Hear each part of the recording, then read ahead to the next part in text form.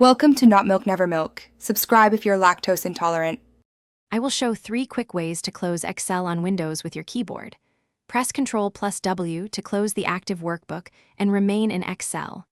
Press Ctrl+F4 to close the workbook window when you have multiple windows open. Press Alt+F4 to close the entire Excel application and all workbook windows at once.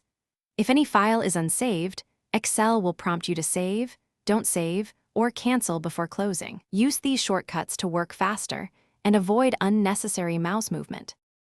On a Mac, you can close workbooks and quit Excel with simple keyboard commands. Press Command+W to close the active workbook window while keeping Excel open. Press Option+W to close all open workbook windows but keep the app running. Press Command-Q to quit Excel and close every workbook at once. If Excel is unresponsive, press Option+Escape to open the Force Quit dialog and then choose Excel to force close it. These commands speed up closing tasks without using the mouse. Protect your work before you close Excel by saving often with keyboard shortcuts. Press Ctrl+S on Windows or Command+S on Mac to save the active file as you work.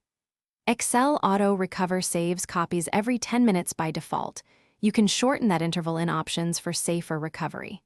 When prompted to save, don't save or cancel. Choose Save to keep your changes. Only use Alt+F4 or Command-Q after confirming files are saved to avoid accidental data.